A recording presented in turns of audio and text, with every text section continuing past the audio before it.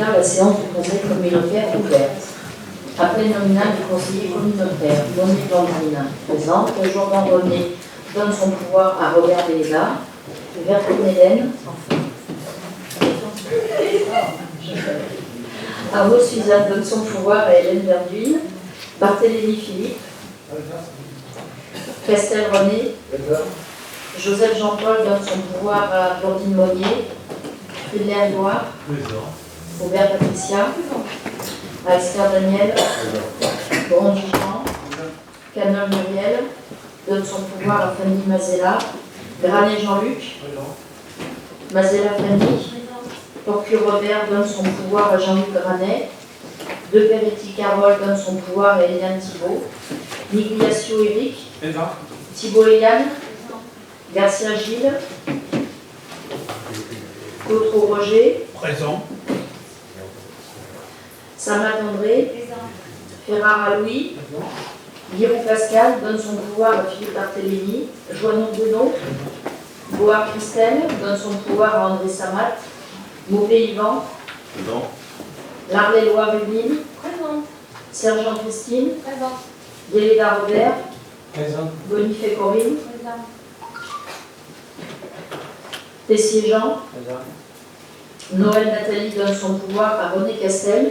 Long Sophie. Présent. Serre Daniel. Présent. Collet Laurent. Présent. Saint Michel. Présent. Perrier Gérard. Présent. Amar Rachida. Renard Yves. Bourbon Valérie. Absente. Rocheteau Philippe. Présent. Guérel Émilie. Absente. Baël Marc. Présent.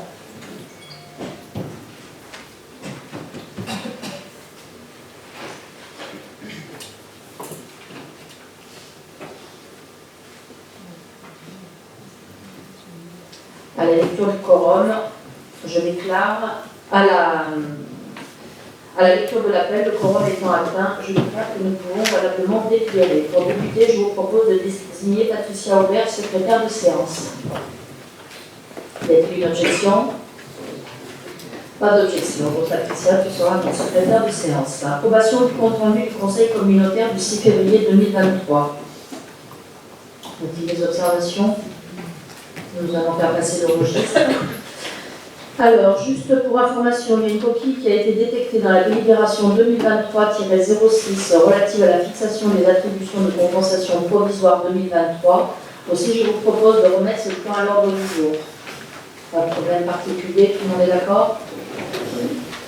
Et par ailleurs, je vous informe d'une modification aussi de la délibération 18 qui vous a été envoyée, relative à la modification des modalités obligatoires liées au contrôle d'assainissement lors des sessions-acquisitions. En fait, ça concerne uniquement les visas du CGCT et du Code de la santé publique qui ont été précisés. Est-ce que ça pose un problème d'avoir cette délibération sur table? C'est la même, c'est juste voilà, cette ligne qui a été modifiée. Tout le monde est d'accord?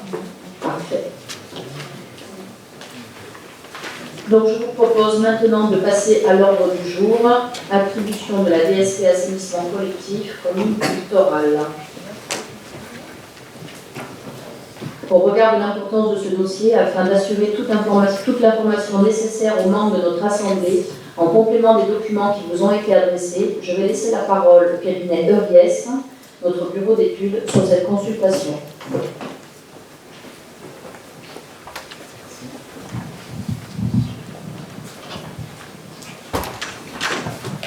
C'est bon, ça doit marcher. On va vous présenter le rapport de dépouillement, de présentation à votre conseil aujourd'hui concernant la concession des services publics de l'assainissement des communes donc de Saint-Cyr-sur-Mer, Bandol, Sanary-sur-Mer. Pour rappel, vous avez délibéré en date du 21 mars 2022 pour approuver le principe de recours à la concession de services publics pour exploitation du service public de l'assainissement sur ces 3 communes. Commune de Saint-Cyr, c'est collecte et traitement, puisqu'il y a un système un réseau, plus une station d'épuration. Puis Bandol et Sanary, c'est seulement la collecte, puisque la station d'épuration de Bandol et Sanary est prise sur un autre contrat, sur le contrat de la CRID. Donc on a rappelé rapidement les caractéristiques générales en fait, de chaque commune en nombre d'abonnés. Vous voyez, 4700 pour Saint-Cyr, 3009 pour Bandol, 11 000 pour Sanary-sur-Mer. Et vous avez les différentes caractéristiques générales de périmètre en fait, de cette concession. La date et la durée du nouveau contrat démarrera au 1er mai 2023 avec intégration de Saint-Cyr-sur-Mer au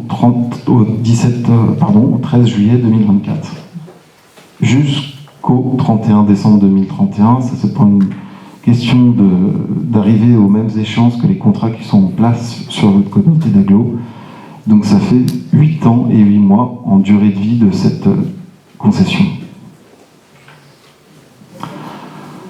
On rappelle donc la procédure qui a été mise en œuvre depuis donc le 25 mars 2022.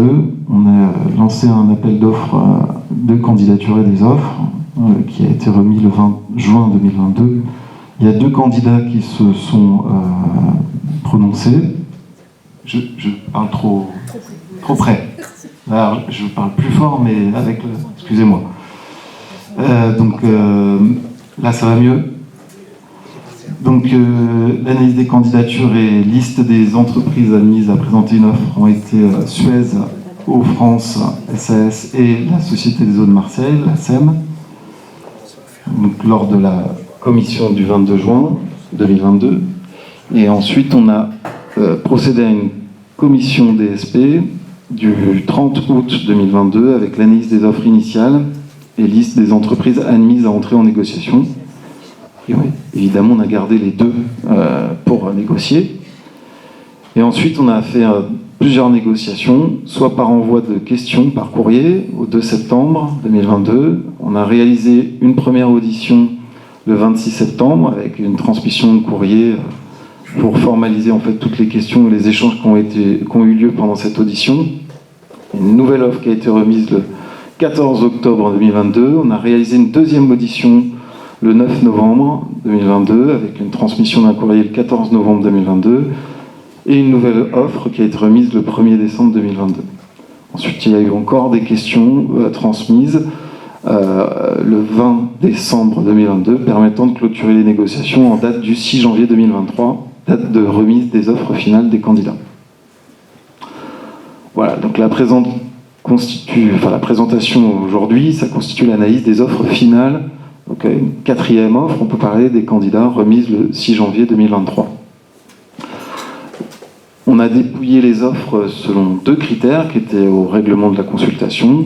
Critères techniques sur la qualité et la pertinence des modalités d'exploitation du service et du service rendu aux usagers, avec 9 points qui sont listés ici: moyens matériels humains, engagement pris au démarrage du contrat, l'engagement pris en vue d'une gestion de crise et de la continuité de service, le programme technique détaillé des opérations d'exploitation, d'entretien et de renouvellement, le programme technique détaillé concernant les travaux concessifs, les engagements pris sur le niveau de service rendu aux usagers, l'organisation des relations avec l'autorité concédante, les mesures prises en vue de respecter les objectifs de développement durable et les moyens mis en place pour assurer la gestion des impayés. C'est le premier critère. Le deuxième critère, c'est l'analyse économique et financière des offres, appréciée au regard des tarifs proposés par le concessionnaire, de la cohérence des comptes d'exploitation prévisionnels et de la formule de révision de tarifs proposée. Ces critères sont hiérarchisés, le critère 1 étant prépondérant par rapport au critère 2. On est dans une procédure de concession où on hiérarchise les critères.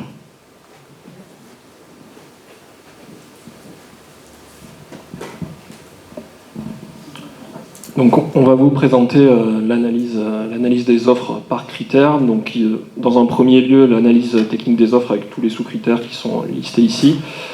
Donc la présentation est un résumé du rapport d'analyse qui a été effectué et on a souhaité mettre en évidence les points où on a une distinction majeure entre les 2 candidats. Donc sur le premier sous-critère, moyens matériels humains, on va regarder avec attention les temps passés par chacun des candidats pour l'exploitation du service assainissement du périmètre. Donc on va parler en équivalent temps plein sur une année complète qui est 2025, qui intègre les 2 communes de Sanary et Bandol et aussi celle de Saint-Cyr. Donc il y a 4 types d'agents qui sont prévus dans le contrat, les agents d'exploitation, les agents de maîtrise, qui vont être au quotidien sur le terrain pour exploiter le service assainissement, et ensuite on a les agents administratifs et les agents d'encadrement. Et ce qu'on constate, c'est que le candidat Suez prévoit plus de temps, plus de moyens pour pouvoir assurer la gestion du service assainissement. Et donc pour ce sous-critère-là, c'est le candidat Suez aux France qui présente le plus de moyens matériels et humains. Ensuite, le deuxième sous-critère, ce sont les engagements pris au démarrage du contrat, qui est différent entre les 2 candidats de par leur statut. Le candidat Suez, le candidat SEM et le délégataire sortant. Du coup, dans son offre, il est présenté des engagements liés notamment au changement de contrat, la mise en place d'outils de suivi pour basculer d'un contrat à l'autre, alors que le candidat Suez, en qualité de nouvel arrivant, propose de mettre en place un comité de tuilage avec toutes les opérations nécessaires pour la reprise des informations pour pouvoir exploiter le nouveau contrat. Donc sur ce sous-critère-là, il n'y a pas de discrimination entre les 2 candidats. Les 2 candidats ils proposent des moyens adaptés pour assurer le démarrage du contrat et mettre en place les outils nécessaires à l'exploitation du service. Troisième sous-critère, ce sont les engagements pris pour la gestion de crise et pour pouvoir assurer la continuité du service. Donc les 2 candidats présentent les moyens nécessaires pour pouvoir assumer une gestion de crise. On vous a mis dans le tableau ce qui diffère entre les 2 candidats et notamment leurs engagements pour pouvoir intervenir sur le périmètre sous peine de pénalité s'ils n'arrivent pas à atteindre ces délais annoncés. Et ce que l'on constate, c'est que le candidat Suez présente des engagements plus contraignants, avec un délai d'intervention inférieur à 1 heure pour tout type d'événement, alors que le candidat SEM propose un délai d'intervention à 1 heure dans 90% des cas, sinon c'est 2 heures. La mise en disposition de moyens matériels propres au niveau des agences inférieure à 1 heure pour le candidat Suez et 4 heures pour le candidat SEM. La mise à disposition de moyens matériels complémentaires, notamment des groupes électrogènes à forte puissance, inférieure à 4 heures pour le candidat Suez et 6 heures pour le candidat SEM. Et aussi des plateformes pour pouvoir appeler les différents abonnés avec une capacité de 45 000 appels par heure pour le candidat Suez et 10 000 appels par heure pour le candidat SEM. Donc ce que l'on constate, c'est que le candidat Suez présente les moyens les plus conséquents pour pouvoir assurer la gestion de crise sur ce périmètre-là et répondre aux attentes de la collectivité. Quatrième sous-critère, c'est le programme technique détaillé des opérations d'exploitation, d'entretien et de renouvellement. Donc sur le premier point, sur ce sous-critère-là, ce concerne le plan prévisionnel de renouvellement des équipements qui constituent votre réseau, ainsi que la station d'épuration de Saint-Cyr. C'est le candidat SEM qui présente le plan prévisionnel de renouvellement le plus complet, avec une enveloppe associée de 345 000 € environ par an, plus complet que celui du candidat Suez qui est à 258 000 € par an. En revanche, en ce qui concerne l'exploitation quotidienne, on a le candidat Suez qui se distingue par rapport à la SEM par un programme d'exploitation et d'entretien beaucoup plus complet, qui est aussi en cohérence avec les temps passés sur le périmètre, avec des fréquences accrues de curage des réseaux, des investigations complémentaires beaucoup plus conséquentes pour la réduction des eaux claires parasites qui vont venir saturer le réseau et la station d'épuration, et aussi des propositions d'un meilleur suivi du milieu récepteur, et notamment des rejets d'eau usée non traitée qui peuvent intervenir en temps de pluie, notamment au niveau du milieu marin. Donc de manière globale, c'est le candidat Suez qui se distingue sur le programme technique détaillé pour l'exploitation du service, avec un programme qui est plus complet pour améliorer le fonctionnement de ce dernier. On en vient maintenant à la partie travaux concessifs. Donc il y a plusieurs opérations qui ont été intégrées au contrat de concession pour pouvoir améliorer le fonctionnement de ce service assainissement des 3 communes. Vous avez sur le tableau en haut à droite le montant des travaux hors frais financiers proposés par les 2 candidats. Dans un premier temps, il y a les investissements concessifs. Il y a plusieurs opérations qu'on va détailler par la suite qui sont ciblées et qui permettent d'améliorer le service et les ouvrages. Et donc il y a 1 800 000 € pour le candidat Suez et 1 400 000 € pour le candidat SEM qui sont proposés pour ces travaux-là. Et ensuite, on a un fonds d'amélioration du service où on a demandé aux candidats de proposer plusieurs actions qui permettent d'améliorer le fonctionnement du service, notamment pour la gestion des odeurs et des gaz H2S, pour la réduction des eaux claires parasites permanentes et pour toutes les propositions en faveur de l'environnement. Et donc là, on a un écart assez conséquent entre les deux candidats. On a près de 2 millions d'euros proposés par Suez dans ce fonds d'amélioration du service et 755 000 euros proposés par le candidat SEM. Donc ça, c'est pour la partie, on va dire, financière. En ce qui concerne le détail technique des propositions émises par les deux candidats, on a listé tous les travaux qui sont intégrés dans le contrat. Le premier, c'est la mise en sécurité des ouvrages, des postes de relevage de la station d'épuration par la reprise de clôture, de garde-corps, de barres anti-chute, pour pouvoir favoriser la sécurité du personnel qui travaille sur ces ouvrages-là. Et donc là, c'est le candidat SEM qui propose la meilleure méthodologie pour pouvoir réaliser ces opérations-là. Ensuite, on a les diagnostics permanents, c'est la mise en place de points de mesure sur le réseau pour pouvoir suivre en continu différents paramètres, notamment les intrusions d'eau claire parasite sur ces réseaux-là. Et donc les propositions émises par les deux candidats sont assez similaires. Et donc on n'a pas de distinction d'un point de vue technique entre les deux candidats pour cette opération-là. De même que pour l'analyse des risques des défaillances, donc ça c'est une étude qui est demandée par la réglementation pour pouvoir identifier quels sont les risques de défaillance d'un des ouvrages, quelles sont les actions qui seraient mises en place par le délégataire pour pouvoir remédier à une défaillance d'un des ouvrages-là. Et donc la méthodologie proposée par les deux candidats est similaire pour réaliser cette analyse-là. Par contre, en ce qui concerne les travaux de réhabilitation des postes de relevage et de refoulement, on a une différence entre les deux candidats en faveur du candidat Suez qui propose des solutions plus innovantes et qui permettent de réduire notamment les consommations énergétiques, notamment sur les postes Cécile Sorel et Baie de Cousse et sur le poste Eden Rock où le candidat Suez propose de revoir la chaîne de relevage, c'est-à-dire de réfléchir à une autre organisation du réseau qui permette de moins solliciter les postes de relèvement et donc de réduire de manière assez conséquente les consommations énergétiques. Donc ça c'est valable sur Cécile Sorel et Baie de Cousse et aussi sur Eden Rock. Et sur Eden Rock, ça a aussi l'avantage de réduire de manière plus significative les risques de déversement d'eau usée non traitée en cas de forte pluie, où on aurait une mise en charge des réseaux et un débordement au niveau de ce poste-là, directement dans le milieu marin qui est sensible vis-à-vis de la réglementation et de la qualité des eaux de baignade. Ensuite, sur le PR Monté-Voisin, où là c'est une reprise du génie civil de l'ouvrage, c'est le candidat SEM qui propose la méthodologie la plus détaillée et pertinente pour cette réhabilitation-là.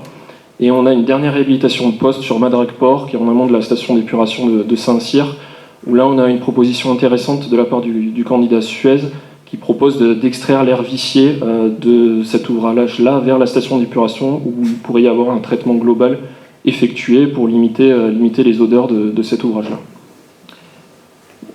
Dernier poste sur les investissements concessifs, c'est la sécurisation de l'aire de dépotage de la station d'épuration de Saint-Cyr, où on peut avoir des intervenants extérieurs qui viennent amener leurs effluents au niveau de la station d'épuration, où il a été demandé au cahier des charges de réhabiliter cet ouvrage-là et de le sécuriser. Et donc là, c'est le candidat SEM qui présente une proposition beaucoup plus détaillée sur cette opération. Et enfin, le dernier point, c'est la mise en place du fonds d'amélioration de service. Donc c'est la deuxième ligne du tableau précédent. Donc c'est un fonds qui permet de gérer à la fois, qui inclut des opérations pour la gestion des odeurs et du gaz H2S. Il y a aussi des travaux proposés pour la réduction d'eau claire parasite permanente, donc de la réhabilitation du renouvellement de réseau pour pouvoir limiter ces eaux claires parasites-là. Et il y a aussi des propositions en faveur du développement durable, avec notamment une proposition de la part des deux candidats de réutilisation des eaux usées traitées de la station d'épuration de Saint-Cyr pour des usages qui restent à définir et qui devront être étudiés par les deux candidats. Et aussi la mise en place de panneaux photovoltaïques sur le toit de la station d'épuration pour pouvoir limiter les consommations énergétiques, faire de l'autoconsommation sur cet ouvrage-là. Et donc, en lien avec les montants affichés, le candidat Suez propose de multiples actions complémentaires et propositions complémentaires qui sont pertinentes, qui permettent d'améliorer le fonctionnement du service, notamment sur la gestion des odeurs et de l'H2S, où il propose des modélisations de la dissipation des différents gaz et odeurs et des propositions de travaux, de mise en place d'unités de traitement sur le réseau pour pouvoir limiter au maximum les nuisances liées aux différents ouvrages d'assainissement.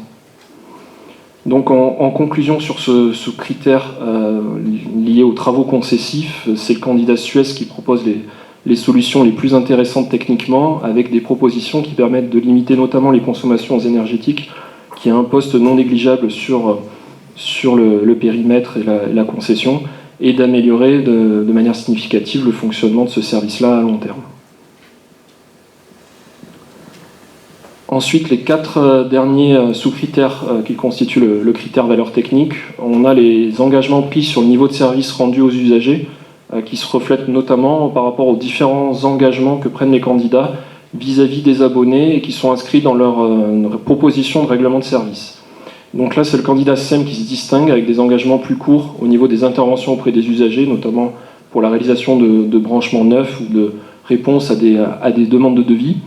Et le candidat SEM présente un plan de communication plus complet, avec notamment des propositions d'organisation de réunions avec les acteurs locaux dans chacune des 3 communes, des réunions assez régulières pour pouvoir échanger sur le fonctionnement du service. Donc sur ce sous-critère-là, c'est le candidat SEM qui présente les engagements les plus importants pour le niveau de service rendu aux usagers. Ensuite, on a l'organisation des relations avec l'autorité concédante, donc avec la CSSB, où ce qui est demandé, ce sont des fréquences minimales de réunions techniques et de comités de pilotage pour pouvoir suivre l'exploitation du service, et aussi un partage de données pour que la CSSB puisse consulter l'ensemble des données quasiment en direct sur le fonctionnement du service assainissement des 3 communes. Donc les 2 candidats proposent quasiment la même chose. Déjà, ils proposent le même nombre de réunions et ils proposent des outils internes propres à chacune de leurs sociétés pour pouvoir partager un certain nombre de données avec la collectivité. Donc il n'y a pas de distinction entre les 2 candidats pour ce sous-critère-là. Ensuite, on a les mesures prises en vue de respecter les objectifs de développement durable, avec notamment un engagement qui est demandé au contrat, c'est de réduire les consommations énergétiques sur la durée du contrat. Et donc, en lien avec les propositions de travaux des 2 candidats, c'est le candidat Suez qui a l'engagement, l'objectif de réduction le plus important, avec un objectif de réduction de 15,5% des consommations énergétiques sur la durée du contrat, contre 10% pour le candidat SEM. Donc sur ces mesures-là, c'est le candidat Suez qui se distingue et qui a des engagements plus ambitieux pour pouvoir respecter les objectifs de développement durable. Et enfin, sur le dernier sous-critère technique, c'est les moyens mis en place pour assurer la gestion des impayés. Là aussi, on a des processus similaires entre les 2 candidats pour limiter les impayés, sauf que le candidat Suez prévoit un abondement à un fonds de solidarité d'un montant de 5 000 € par an pour les 3 communes, que ne propose pas le candidat SEM, ce qui fait que sur ce sous-critère-là, c'est le candidat Suez qui présente le plus de moyens pour pouvoir assurer cette gestion d'impayés.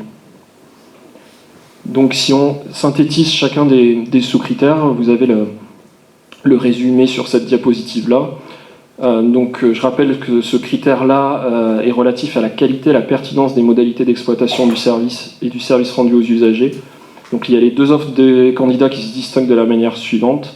Donc on a le candidat Suez qui présente les engagements et les moyens qui permettent d'améliorer le service en termes de gestion de crise, d'exploitation du réseau, d'investissement concessif, de respect des objectifs de développement durable et de gestion des impayés, et le candidat SEM qui présente de meilleurs engagements pour les usagers du service. Donc en synthèse, c'est le candidat Suez qui présente la meilleure offre par rapport à ce critère-là, relatif à la qualité et la pertinence des modalités d'exploitation du service et du service rendu aux usagers. Donc on va passer maintenant au second critère pour analyser ces offres finales-là. Second critère qui est l'analyse économique et financière des offres appréciée au regard des tarifs proposés, de la cohérence des comptes d'exploitation et de la formule de révision des tarifs.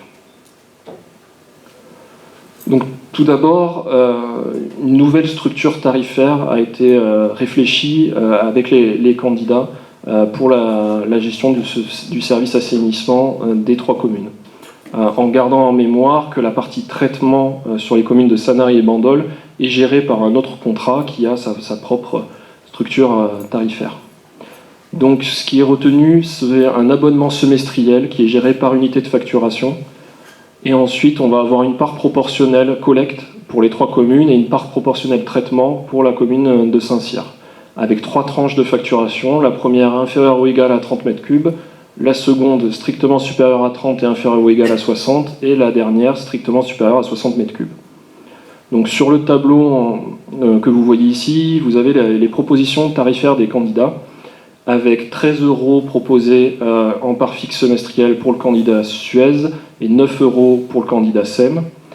Et ensuite, vous avez le candidat Suez qui propose la tarification la plus basse sur la partie proportionnelle pour l'ensemble des tranches, sauf pour la première tranche de traitement de Saint-Cyr, avec des écarts assez limités entre les candidats. Donc pour pouvoir apprécier les propositions tarifaires des candidats, des simulations étaient effectuées en fonction de la consommation des abonnés. Et donc sur cette courbe-là, vous avez, donc on a fait l'exercice par commune, parce que chaque commune a sa tarification, on va dire, spécifique. Donc ici on est sur Saint-Cyr-sur-Mer, la courbe grise c'est le tarif actuel, la courbe verte c'est le tarif du candidat Suez et la courbe bleue c'est le tarif du candidat SEM. Donc ce que l'on constate sur la commune de Saint-Cyr-sur-Mer, c'est que les 2 candidats proposent une baisse de la tarification, quelle que soit la consommation considérée. Ensuite, on a le candidat SEM qui présente la tarification la plus basse jusqu'à 120 mètres cubes, ce qui représente plus de 83% des usagers sur la commune de Saint-Cyr-sur-Mer, avec des écarts allant de 80 centimes à 15 € avec le candidat Suez. Et en revanche, le candidat Suez présente la tarification la plus basse pour une facture qui va au-delà de 120 mètres cubes, soit pour environ 17% des usagers, avec des écarts qui vont de 80 centimes à 28 € jusqu'à une consommation de 300 mètres cubes. Au-delà, l'écart peut se creuser avec le candidat SEM. Donc ici, vous avez la représentation de la structure tarifaire pour une facture 120 mètres cubes. Donc ce sont les factures réglementaires où sont affichés les prix de l'eau auprès des différents organismes, notamment l'agence de l'eau. Donc vous avez le tarif actuel à gauche. Donc ce qui est en bleu, ça représente la partie eau potable qui ne fait pas l'objet du contrat, mais on a représenté parce que c'est ce que l'usager va payer au final. Et ce qui est de couleur marron à vert, ce sont les tarifs qui correspondent à la partie assainissement. Donc en marron foncé, vous avez la part actuelle de CASSB, donc la surtaxe actuelle qui est de 61,60 € pour une facture 120 mètres cubes. Ensuite, en marron, vous avez la part délégataire actuelle, sauf que aujourd'hui, elle est unique. Demain, elle sera décomposée avec une part collecte et une part traitement. Et ensuite, 19,20 € et 24,93 €, ce sont les redevances agences de l'eau et la TVA. Donc ce qui nous intéresse, c'est l'évolution de la part délégataire, donc qui était de 168,46, enfin qui est de 168,46 € aujourd'hui pour 120 mètres cubes, et qui passe pour le candidat Suez à 32 € pour la partie collecte et 108 € pour la partie traitement, donc 140 €, et 111,60 € pour le candidat SEM sur la partie traitement et 27,60 € pour la partie collecte. Et donc vous voyez en haut le prix au mètre cube TTC global en comptant l'eau potable et l'assainissement qui passe de 4,54 € par mètre cube aujourd'hui à 4,28 € avec le candidat Suez ou 4,27 € avec le candidat SEM pour une facture 120 mètres cubes. Donc ça c'était pour la commune de Saint-Cyr-sur-Mer. Sur la commune de Bandol où on a une structure tarifaire différente, donc toujours pareil, en gris vous avez le tarif actuel, vert c'est le tarif proposé par Suez et bleu le tarif proposé par le candidat SEM. Et ce qui est constaté, c'est qu'on a une baisse de la tarification, mais pas pour toutes les consommations, uniquement entre 70 et 170 mètres cubes consommés pour le candidat Suez et entre 20 mètres cubes et 170 mètres cubes consommés pour le candidat SEM. Et donc on a le candidat SEM qui présente la tarification la plus basse pour près de 96% des usagers jusqu'à une consommation qui va à 190 mètres cubes. Et au-delà de 190 mètres cubes, c'est le candidat Suez qui présente la tarification la plus basse. Donc là aussi, il y a la même présentation pour la décomposition de la facture 120 mètres cubes. Ce qui change, c'est qu'on a la part traitement qui est fixe, qui est gérée par un autre contrat à 121,84 €. Et donc la part qui concerne ce contrat, c'est uniquement les 33,60 € représentés en vert sur le graphique. Oui, pardon, le 48,46 et les 32 € qui sont en vert en marron clair. Voilà, le deuxième en partant du bas. Voilà, donc c'est cette partie-là qui est considérée dans ce contrat-là. Et enfin, sur la commune de Sanary-sur-Mer, on a à peu près la même structure tarifaire que sur la commune de Bandol, où on observe une baisse de la consommation entre 100 et 140 mètres cubes consommés pour le candidat Suez, qui représente un peu moins de 10% des usagers, et on a une baisse de la tarification pour environ 30% d'usagers pour le candidat SEM, avec une consommation comprise entre 60 et 140 mètres cubes. Et donc on a le candidat SEM qui présente la tarification la plus basse pour une facture qui va jusqu'à 190 mètres cubes, comme sur la commune de Bandol, ce qui représente 96% des usagers, et le candidat Suez qui présente la tarification la plus basse pour une facture qui va au-delà. Voilà, avec toujours le même graphique sur la facture 120 mètres cubes pour la commune de Sanary-sur-Mer. Dernier point concernant la partie financière des offres, il y a la cohérence des comptes d'exploitation prévisionnels, où au fil des négociations, les deux candidats ont proposé des CEP, donc les comptes d'exploitation prévisionnels cohérents avec les propositions techniques émises, que ce soit au niveau des recettes ou des charges, et ces dernières ont évolué au fil de la négociation et des demandes d'ajustement qui ont été communiquées tout au long de la négociation. Ensuite, le dernier point, ce sont les formules de révision et d'indices, formules de révision sur les différents prix, dépendant de différents indices et qui suivent l'inflation. La première formule de révision, donc, qui est appelée K1, c'est la variation automatique de la part fixe et de la part variable du prix de l'assainissement, basée sur des indices main-d'œuvre, électricité, fourniture de matériaux et frais divers. La seconde formule de révision, ça concerne les dotations de renouvellement. Et la dernière formule, ce sont les prix pour les usagers indiqués dans le règlement de service. Et donc, on ne peut pas deviner quels vont être les indices au fil du contrat. Donc, pour pouvoir juger les candidats, on s'est basé sur les indices publiés au cours des 5 dernières années, donc entre 2018 et 2022. Et ce qui est constaté, c'est que la proposition du candidat Suez aurait fait évoluer son tarif de 8,9%. Donc la formule K1, et pour le candidat SEM, ça aurait évolué de 9,3%.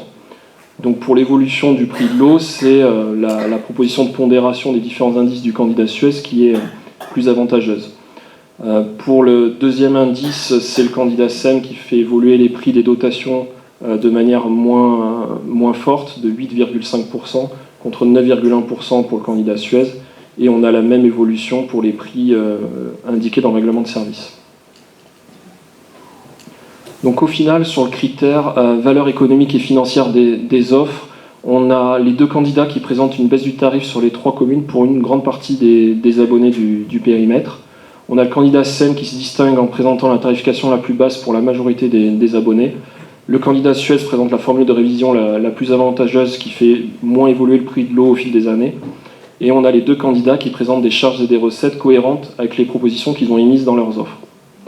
Donc sur ce critère-là, c'est le candidat SEM qui présente la meilleure offre pour la partie valeur économique et financière des offres.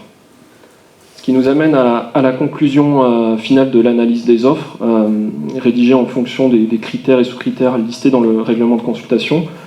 Donc en synthèse, on a le candidat Suez qui présente la meilleure offre par rapport aux critères relatifs à la qualité et la pertinence des modalités d'exploitation du service et du service rendu aux usagers. On a le candidat SEM qui présente la meilleure offre pour le critère de la valeur économique et financière des offres. Et au regard des appréciations par critères exposées ci-avant, le classement des offres finales et en premier lieu le candidat Suez et en second le candidat SEM. Compte tenu de la solidité de l'offre de la société Suez, de la qualité et de la pertinence des propositions formulées pour la gestion du service public de l'assainissement des communes du littoral, que l'offre de la société Suez apparaît raisonnable sur le plan financier et justifiée au regard des investissements concessifs et des propositions complémentaires qui permettent l'amélioration du service, et donc en application des critères et sous-critères mentionnés dans l'article 16 du règlement de la consultation, il est proposé de retenir l'offre de la société Suez. Voilà.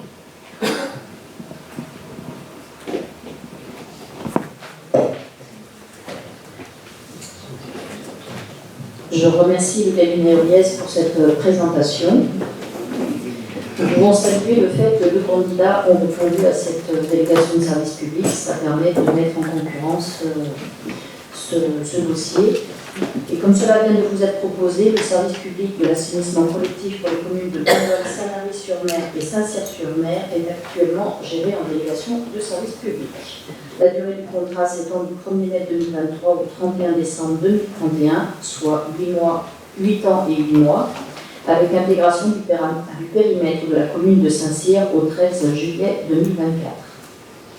Comme cela vous a été présenté, la publication de la consultation le 25 mars 2022 a fixé au 20 juin la date limite de remise des offres. La séance de la commission de délégation de services réunie le 22 juin a réalisé l'examen des candidatures pour les sociétés Suez Eau France SAS et Société des Eaux de Marseille et a autorisé l'ouverture des offres. La commission, lors de sa séance du 30 août 2022, a proposé, au vu de l'analyse des offres initiales, d'ouvrir les négociations avec les deux candidats. Les négociations ont eu lieu par échange de courrier et par l'organisation de deux auditions qui en datent du 26 septembre 2022 et du 9 novembre 2022. Par courrier en date du 21 décembre 2022, j'ai informé les sociétés Suez Eau France SAS et Société des Eaux de Marseille que je clôturais les négociations à compter du 6 janvier 2023. À l'issue des négociations, les sociétés Suez Eau France SAS et Société des Eaux de Marseille ont apporté un certain nombre de réponses aux questions qui leur étaient posées et ont proposé une offre optimisée sur les plans techniques et financiers. Après analyse et en application des critères et sous-critères hiérarchisés mentionnés à l'article 16 du règlement de la consultation, l'offre de Suez Eau France SAS apparaît la meilleure. En conséquence, je propose de retenir la société Suez Eau France SAS et de lui confier le contrat de concession sous forme de délégation de service public pour la gestion du service public de l'assainissement collectif pour les communes de Bandol, Sanary et Saint-Cyr-sur-Mer du 1er mai 2023 au 31 décembre 2021. Y a-t-il des questions? Je vous écoute. Oui, il y a deux candidats ont été retenus. Ils ont été évalués sur la base de deux critères, un critère technique d'exploitation et de service et un critère commercial. Le critère technique ayant 9 sous-critères. Ma question est la suivante. Est-ce que le critère commercial et le critère technique ont été évalués avec la même pondération, c'est-à-dire ils ont le même poids en termes d'évaluation globale? Deuxièmement, est-ce que les 9 sous-critères, vous avez dit qu'ils étaient hiérarchisés, mais hiérarchisés, ça veut dire quoi? C'est-à-dire quelle est la pondération qui a été appliquée à chaque critère et qu'est-ce qui fait qu'au global, la proposition de Suez apparaît meilleure en termes quantitatifs? Je vous laisse répondre. Oui, c'est bon. Oui, comme je vous disais en préambule, les marchés de concession ne pondèrent pas en fait les critères. C'est hiérarchisé. C'est en fait la procédure anciennement loi Sapin qui veut ça. Et on hiérarchise en fait simplement. C'est-à-dire que c'est une appréciation, c'est une procédure intuitée personae. Et donc du coup, effectivement, c'est de l'appréciation, effectivement, comme on a pu vous la présenter aujourd'hui. Le critère technique vient en premier, et le critère financier, pas commercial, financier, vient en deuxième. Quand on regarde et qu'on prend un petit peu de retrait par rapport à tout ça, on se dit il y a très peu finalement de différence de prix entre les deux candidats. Et ce qu'on choisit, c'est la meilleure offre technique. Et en plus, dans cette offre technique, on a une proposition de Suez qui est vous avez vu, Antoine vous l'avez présenté tout à l'heure, pratiquement de 2 millions d'euros de plus. Enfin, j'ai plus les sujets, j'ai plus les trucs, c'est 3 millions 7 contre 2 millions, je sais plus combien. Antoine va nous le ressortir. Mais voilà, il faut prendre ça en compte, c'est que dans la tarification qui est, en somme toute, très... Vous avez vu sur les projections, sur les factures 120 mètres cubes, ça se joue au centime d'euros. Et on a aussi à prendre en compte cette évaluation en fait, financière dans l'aspect valeur technique, on ne peut pas s'en séparer, qui est cohérente, hein, on l'a analysée comme étant cohérente, et on a 3,7 millions contre 2,1 millions. Donc ça fait quand même un gros écart sur l'appréciation, effectivement, et ça démontre aussi la qualité de l'offre, entre guillemets, technique et de ce qui est proposé par Suez. Pour information, ces contrats vont être contrôlés, dans lesquels, en fait, on n'a pas insisté plus que ça, Antoine l'a dit tout à l'heure, mais dans lesquels, en fait, ils sont contrôlés au fil de l'eau, avec des copiles, 4 fois par an, où on va mesurer, en fait, les indicateurs. Les engagements, en fait, ont été pragmatisés durant les auditions, les négociations, ne serait-ce que pour les consommations d'énergie. Aujourd'hui, c'est quand même le nerf de la guerre en ce moment, donc effectivement, on choisit la meilleure offre en termes d'économie d'énergie. Et tous les engagements par rapport, effectivement, à la durée d'intervention, ce que vous a rappelé aussi Antoine dans un des critères, des 9 critères techniques, effectivement, Suez est en avance là-dessus. Donc voilà, pour reprendre un petit peu de recul, à tarif entre guillemets similaire, on va prendre la meilleure en fait offre qualitative. Oui, excusez. Alors, en fait, à la lecture de l'ensemble du dossier que nous avons regardé, il apparaît que finalement le jugement porté sur l'ensemble justement de ces gains techniques, ce sont souvent des engagements déclaratifs uniquement. Donc, nous, ce qu'on aimerait savoir, c'est est-ce qu'il y a, vous aviez dit qu'il y avait des indicateurs est-ce qu'il y a des indicateurs donnés régulièrement et examinés, mais est-ce qu'il y a des pénalités? Si ça s'écarte, oui. Mais ça aurait été bien qu'on nous le dise.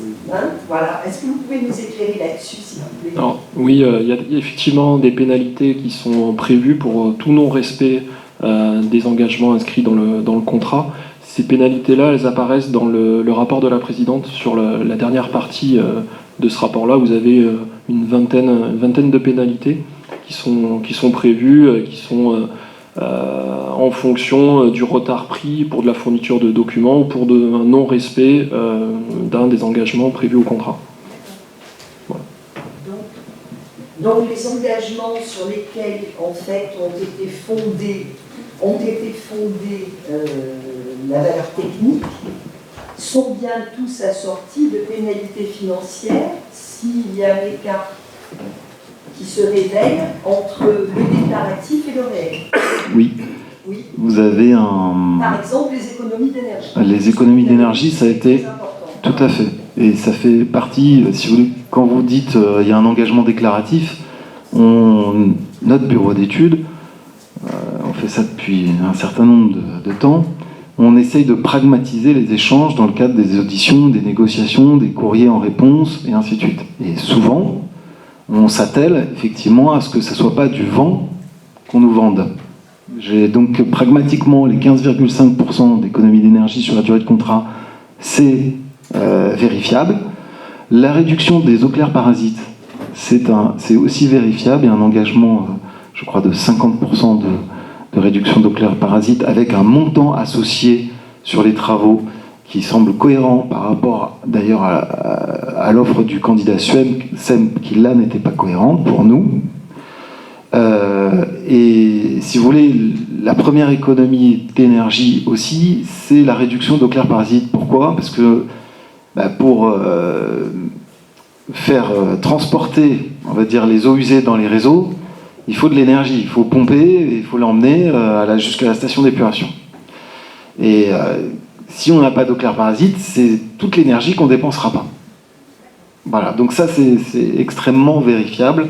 Et pour info, comme on accompagne la collectivité depuis un certain nombre d'années, on a réalisé les schémas directeurs eau potable et assainissement, et on leur a mis, pour qu'ils chiffrent correctement leurs engagements de réduction de chloroparasites, on leur a mis tous les résultats d'une campagne de mesure qu'on a réalisée nous, c'est-à-dire soit tiers, c'est-à-dire indépendante de Suez, indépendante de SEM, de façon à ce que effectivement, ils s'engagent sur des choses factuelles qu'on leur a données dans le cadre de la consultation. Voilà. Pardon, je voulais aussi rajouter ce que vous disiez tout à l'heure. On n'a pas jugé uniquement les engagements sur la partie technique.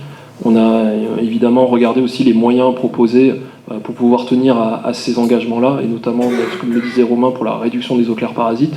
On avait un engagement plus fort côté candidat SEM pour de la réduction d'eau claire, de réduction de 75%, avec un montant en face et des propositions de travaux qui n'étaient pas à hauteur, on va dire, de cet engagement-là. Donc on a vraiment regardé à la fois les moyens et aussi la cohérence de ces différents engagements-là.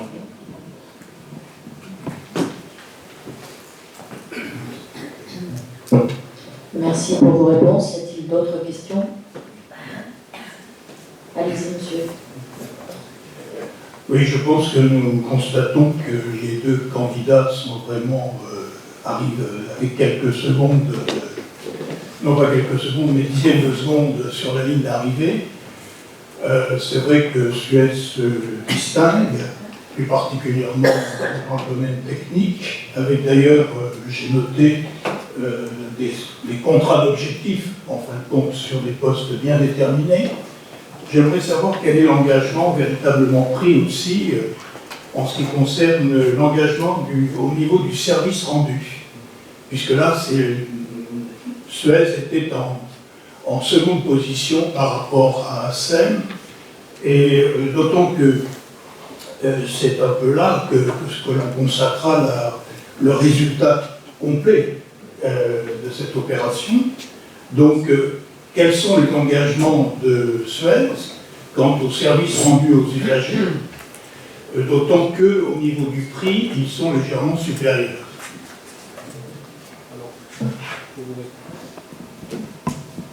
Oui, pour vous répondre sur ce critère-là, le service rendu aux usagers, ce qui a été regardé, c'est les engagements pris dans le règlement de service, notamment pour tout ce qui est délai de réponse pour pouvoir effectuer un branchement neuf, délai de réponse à une demande par mail d'une information, délai de réponse pour fournir un devis. Et donc là, l'écart se fait de quelques jours. Les propositions du candidat Suez ne sont pas rédhibitoires. Mais le candidat SEM présentait la meilleure offre pour ce sous-critère-là. Donc on peut demander à Suez d'avoir aussi un petit contrat d'objectif sur ce sujet, de manière notamment en réactivité. Oui, alors il y a des pénalités oui, qui sont prévues pour non-respect d'un certain nombre d'engagements, comme on l'a précisé. Après, les délais proposés par le candidat Suez sont inscrits dans le règlement de service, et tout abonné disposera de ce règlement-là et pourra se plaindre pour délai non respecté. Et donc il y a des pénalités prévues qui sont inscrites dans le règlement de service en faveur de l'usager. Merci.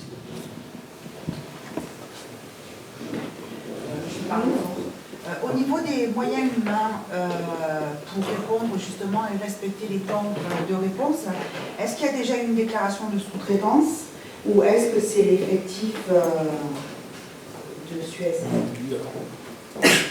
Oui, il y a une délibération.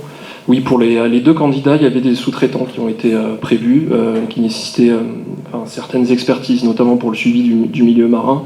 Le candidat Suez prévoit par exemple, dans son groupement, de travailler avec BONATP pour tout ce qui est intervention sur les canalisations sous-marines, avec Créocéan pour le suivi du milieu marin. Donc ils font appel à un certain nombre de sous-traitants pour pouvoir intervenir sur l'ensemble du périmètre de la DSP, pas oui. que le milieu marin.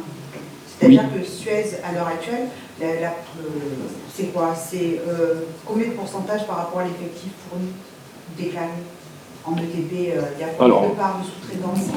Une ligne sous-traitance en fait, dans les CEP qui intervient pour les deux candidats.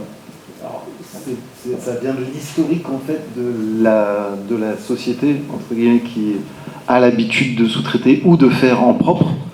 Mais voilà, pour le montant sous-traitance matière et fourniture, on est à 531 000 € de sous-traitance par an pour 2 369 000 de charges. contre 559 000 euros sous-traités par la SEM sur 2 152 000 euros par an de charges. Donc, vous voyez, c'est pas kiff-kiff, mais quasi. Mais ils ne sous-traitent pas de la même chose. Pourquoi ? Parce que historiquement, ils ont leur matériel d'hydrocurage, par exemple, alors que pour la SEM, pour Suez, je ne sais plus d'ailleurs l'un ou l'autre, et il y en a qui carrément font appel à un prestataire extérieur. Voilà, ça dépend vraiment du type de sous-traitance. Je vous remercie. Nous allons passer au vote. Qui est contre? Qui s'abstient? 2 abstentions.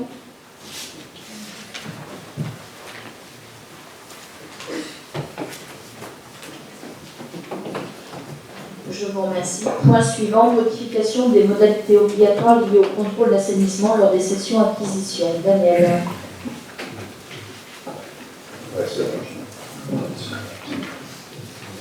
Il est exposé que le bon fonctionnement du système d'assainissement permet la protection du milieu naturel. Le système d'assainissement est un ensemble dont le fonctionnement dépend de chaque élément, station, réseau, branchement des particuliers en domaine public et en domaine privé. Le défaut d'une partie dégrade le fonctionnement du tout. Il est donc indispensable de mettre en conformité des branchements en domaine privé. Cette mise en conformité permet, premièrement, de répondre à une obligation réglementaire, article 1331 du Code de la santé publique. Deuxièmement, d'améliorer le fonctionnement du réseau d'assainissement de la station d'épuration. Troisièmement, de protéger les milieux aquatiques. Si la loi sur l'eau et les milieux aquatiques du 30 décembre 2006 rend obligatoire le diagnostic des habitations équipées d'installations d'assainissement autonome, elle n'impose pas l'obtention d'un certificat de conformité d'assainissement comme préalable à la vente d'un bien immobilier dans les secteurs d'assainissement collectif. Or, une grande partie des travaux de mise en conformité des parties privatives se font lors des cessions-acquisitions. Le certificat de conformité étant l'une des pièces annexées à l'acte de vente. Aussi, il est proposé d'acter par délibération du Conseil communautaire les modalités suivantes pour le territoire de la communauté d'agglomération Sud-Sainte-Vaud. À chaque mutation immobilière, le vendeur devra produire un certificat attestant de la conformité ou non de ses installations d'assainissement, et plus particulièrement la séparativité ou non des eaux usées pluviales de la propriété. Les copropriétés et ensembles immobiliers sont également soumis à cette règle pour l'ensemble de la copropriété. Le vendeur d'un appartement en lot individuel sera désormais dispensé de fournir un certificat de conformité pour son lot. Il semble en effet désormais plus pertinent d'agir à l'échelle des collectifs via les bailleurs et syndics de copropriété. Le vendeur d'un appartement en lot individuel devra donc fournir un certificat de conformité des réseaux et du système de gestion des eaux de l'ensemble immobilier auquel son lot appartient. Cette obligation permettra aux acheteurs de connaître en toute transparence l'état du bien au regard de sa conformité et de provisionner le coût des travaux lors de la vente.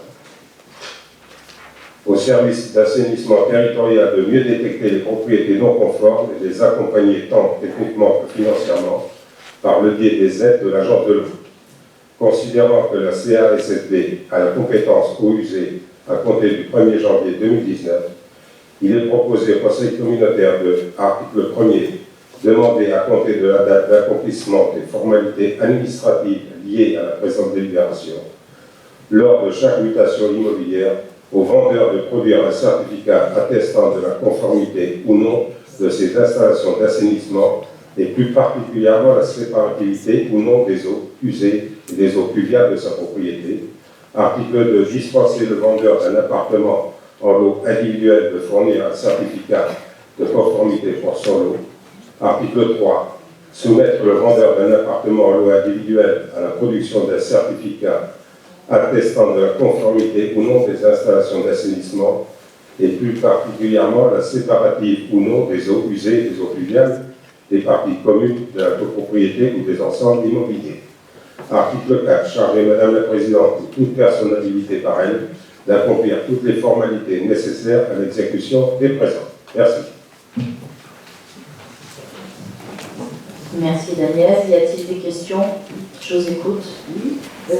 Quel organisme s'occupera de certifier justement cette séparativité? Les délégataires. Oui. Les délégataires, donc là en l'occurrence Suez pour les communes du littoral et pour les autres communes, les délégataires qui sont, c'est-à-dire Veolia. Et est-ce que CASSB a négocié avec eux une tarification? Ça a été négocié dans le contrat Dans de le DST. contrat, c'était prévu. Merci. D'autres questions? Nous allons passer au vote. Qui est contre? Qui s'abstient? À l'unanimité.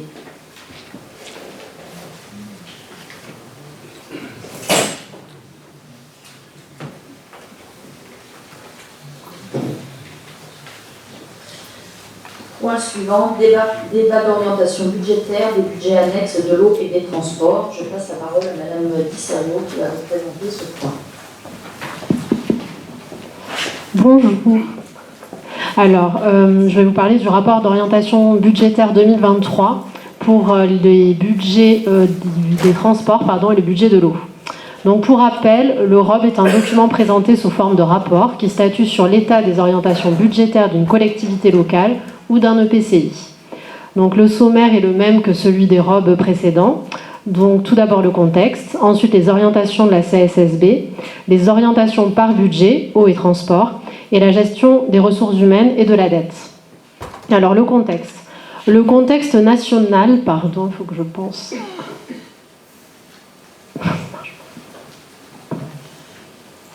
J'ai un petit souci.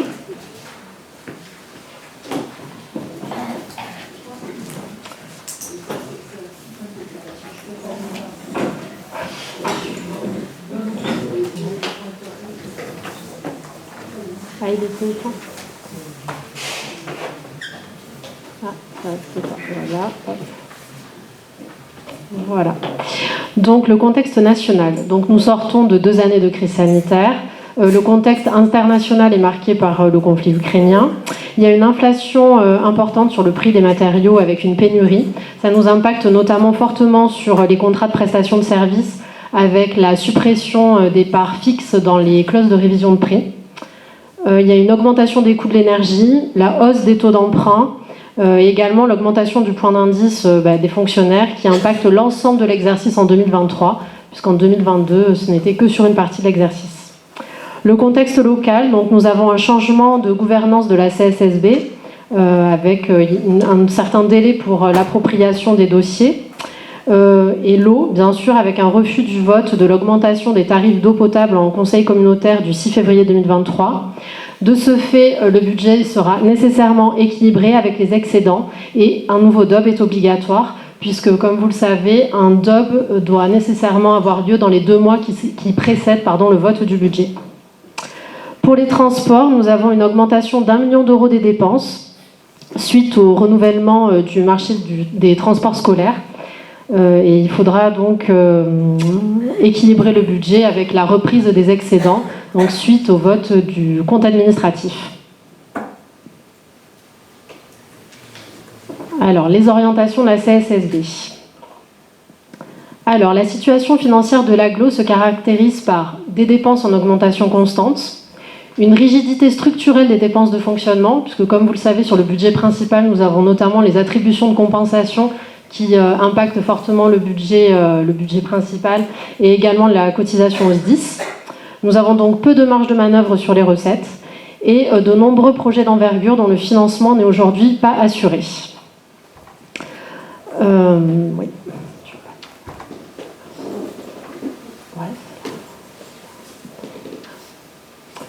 Alors, les orientations de la CSSB pour 2023. Donc, les propositions, c'est d'une part d'inscrire les budgets dans le respect des orientations suivantes. Donc, maîtrise des dépenses de fonctionnement, optimisation des sources de recettes, juste détermination des taux de taxes intercommunales, recours raisonné à l'emprunt et priorisation des grands travaux engagés sur le territoire. Pour une bonne gestion, il est primordial que les communes membres informent la communauté d'agglo en amont du montant des travaux afin de vérifier si le financement est possible.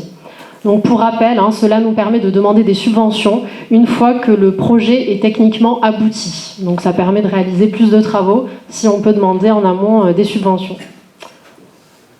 Voilà. Alors maintenant, on va parler des orientations pour les budgets eau et transport à proprement parler. Donc pour le budget de l'eau, non, le budget de l'eau. Voilà. Pour le budget de l'eau. Donc il y a un travail indispensable sur une révision de la part intercommunale pour équilibrer structurellement ce budget. Pour rappel, a priori, aucune collectivité n'a transféré ses résultats lors du transfert de compétences. Nous avons des difficultés pour financer les RAR qui ont été transférés. Donc RAR, c'est reste à réaliser. Ce sont les dépenses d'investissement et de fonctionnement engagées et non mandatées qui sont établies au 31 décembre de l'année précédente. Donc il faut savoir que lors du transfert, lors du transfert de compétences, les communes ont transféré leur RAR, mais seules les communes de Sanary et d'Evenos ont compensé le montant des RAR transférés et le bossé partiellement. L'ensemble des autres communes, selon nos informations, ont conservé l'ensemble des excédents et n'ont pas transféré le montant des RAR correspondant. Donc nous avons également un travail sur les subventions important à faire, puisque le budget de l'eau est peu subventionné au regard des prix de l'eau et des rendements. Donc en fait, nous avons rencontré l'agence de l'eau fin 2022 pour travailler notamment sur les possibilités de subventions que nous avons sur l'eau. Et il faut savoir qu'un prix minimum de l'eau est imposé pour avoir des subventions pour les travaux, et notamment la commune de Signes a un prix de l'eau qui est trop bas pour pouvoir bénéficier de subventions de l'agence de l'eau. Il y a également la problématique des branchements plomb, puisqu'il en reste un certain nombre sur certaines communes. Il faut savoir que c'est une obligation de ne plus avoir de branchements plomb depuis très longtemps, et l'agence de l'eau, du coup, refuse de nous subventionner ces travaux. Donc voilà, on a vraiment des possibilités de recettes qui sont très limitées au niveau de l'eau. Il faut également parler des révisions de prix. Je ne sais pas si je l'ai rajouté, non, là vous ne l'avez pas. Donc les révisions de prix sur nos marchés de prestations de services et nos délégations de services publics, avec ce que je vous disais tout à l'heure, c'est-à-dire la suppression de la part fixe dans les clauses de révision de prix qui est très impactante sur le budget de l'eau notamment, avec des coûts de délégataires et de prestataires qui augmentent. Voilà. Donc pour 2023, nous avons un budget tendu qui sera nécessairement équilibré avec les excédents 2022. Donc, comme l'a rappelé le cabinet Euriès, les schémas directeurs sont en cours d'élaboration. Donc ces schémas directeurs nous permettront d'avoir plus de visibilité sur les investissements à réaliser dans les années à venir. Il y a une limitation des investissements sur cet exercice à 2,2 millions d'euros qui seront financés par un emprunt de 1,2 million d'euros. Et donc la priorité est donnée au projet pour la conservation des infrastructures. Donc ça, c'est le principe, puisque forcément, donc, comme on vous l'a expliqué à plusieurs reprises, mais c'est vrai que c'est un sujet qui est compliqué, les financements sont liés au rendement réseau. C'est-à-dire que si les rendements réseau sont mauvais, l'agence de l'eau ne finance pas les travaux. Donc il y a vraiment nécessité de renouveler les canalisations de manière à avoir un réseau qui soit en bon état, et de ce fait d'avoir des subventions.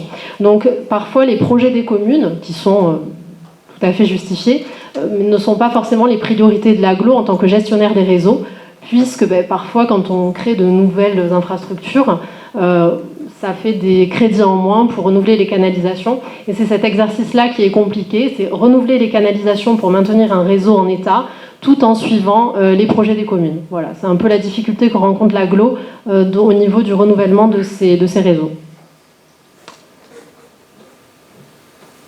Voilà. Alors, concernant le budget des transports, donc c'est un budget qui est extrêmement tendu. Donc son vote a été différé car il est nécessaire également de reprendre les résultats 2022 pour équilibrer le budget.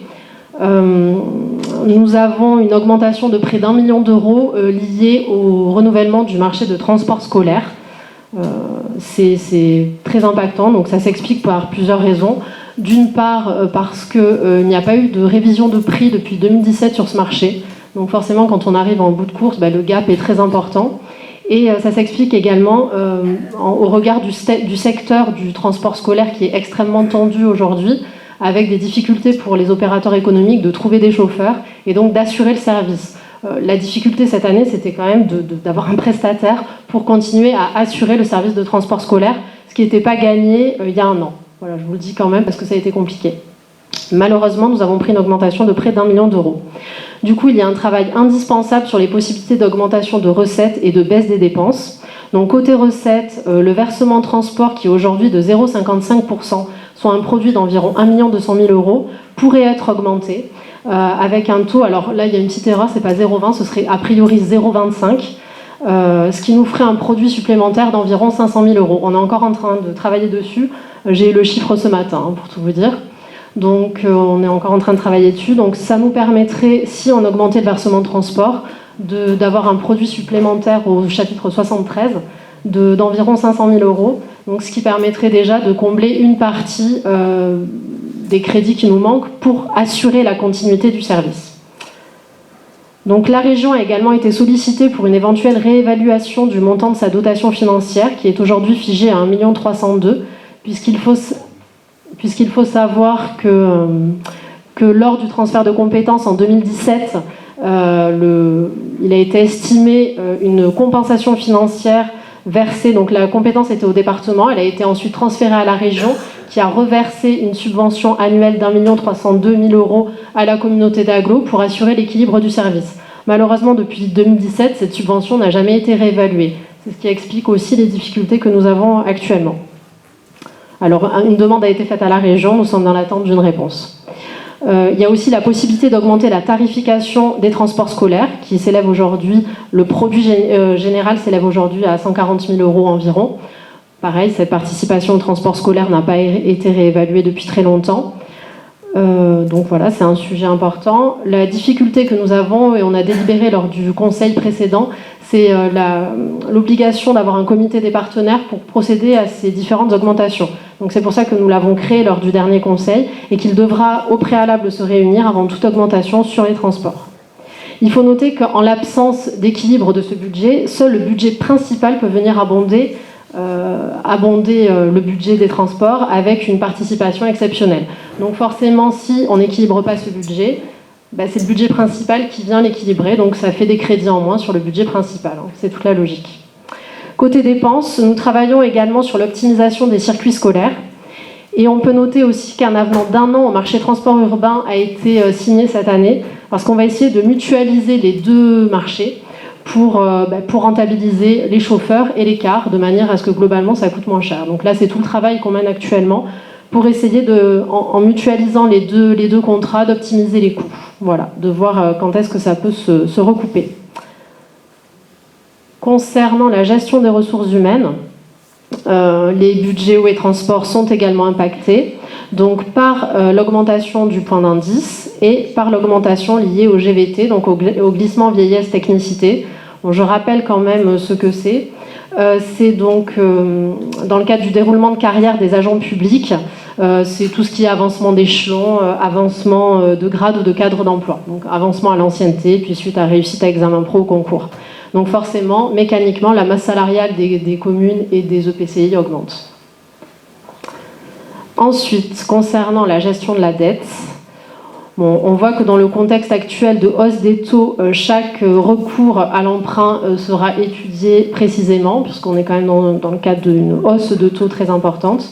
L'encours de la dette au 31 décembre 2023, hors futurs emprunts, s'élève à 61 98 340 000 euros,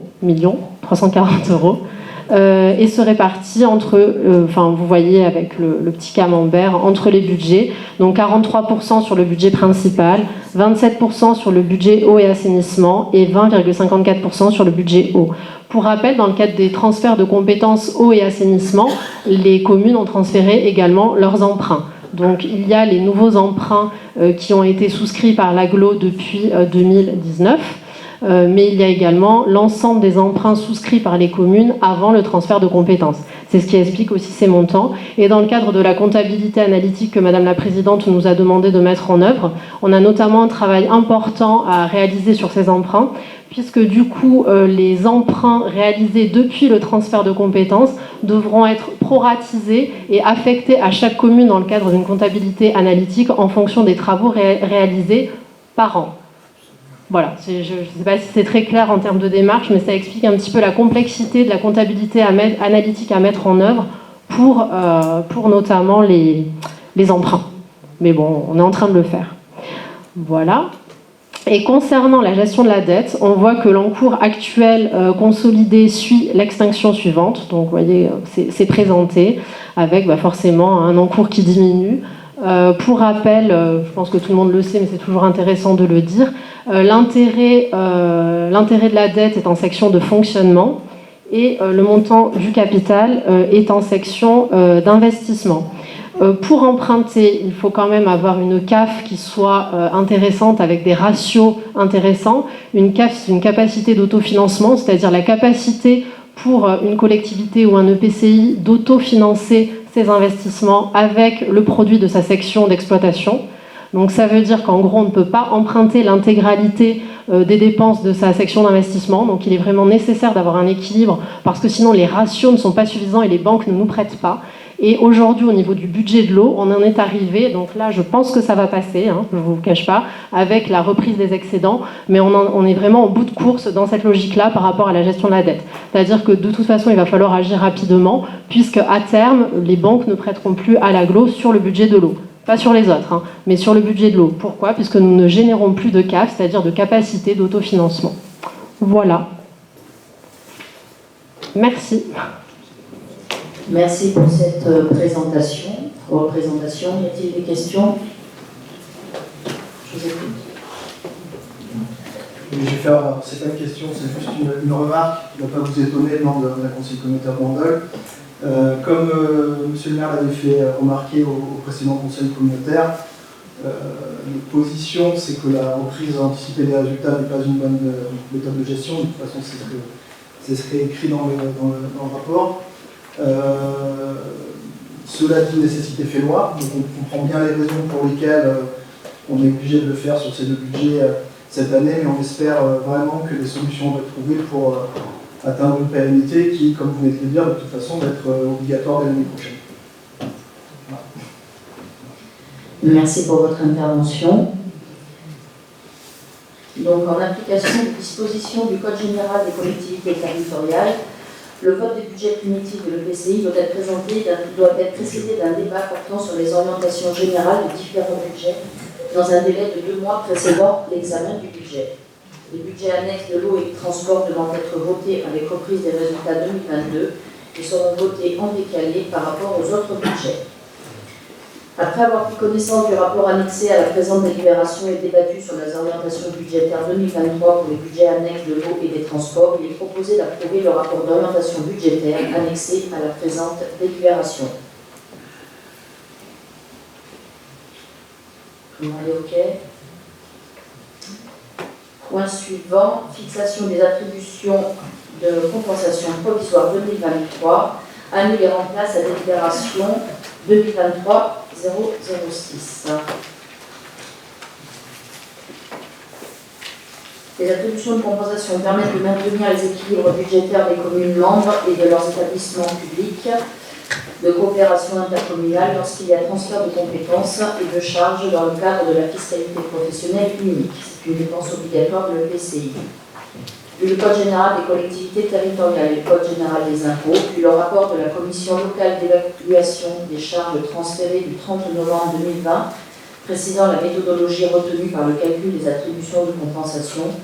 Vu le montant des attributions de compensation définitives 2022 retenues lors du Conseil communautaire du 12 décembre 2022, considérant que la CLED se réunira en cours d'année 2023 pour évaluer et préciser le montant des charges transférées, considérant qu'il convient de notifier aux communes membres le montant prévisionnel des AC avant le 15 février de chaque année, je propose de retenir comme montant des AC provisoires 2023 le montant des AC 2022. Donc vous avez le tableau, je ne vais pas vous le relire. Donc article 1, il est proposé d'approuver le montant des assiettes provisoires tel que proposé ci-dessus au titre de l'exercice 2023 et d'annuler la délibération 2023-06.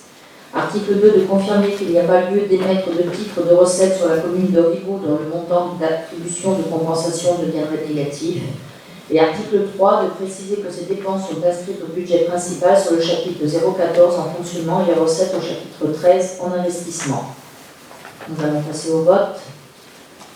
Qui est contre? Qui s'abstient? À l'unanimité.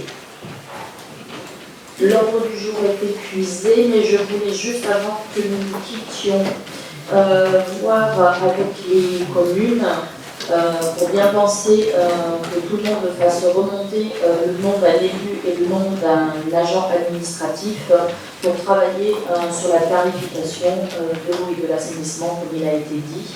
Donc toutes les communes ne l'ont pas encore fait remonter, c'est important que nous ayons les éléments pour commencer au plus vite. Car comme vous avez tous entendu, on ne pourra pas reprendre les excédents pour les autres budgets. Donc là, il y a vraiment urgence qu'on travaille sur cette tarification. Voilà. Et puis juste pour information, on n'en a jamais parlé, derrière, bon là vous pouvez y aller maintenant à l'issue, il y a des cafés et des petits biscuits qui sont offerts avant le conseil, mais après aussi si vous le souhaitez. Voilà. Je vous remercie à tous de votre attention. La séance est levée.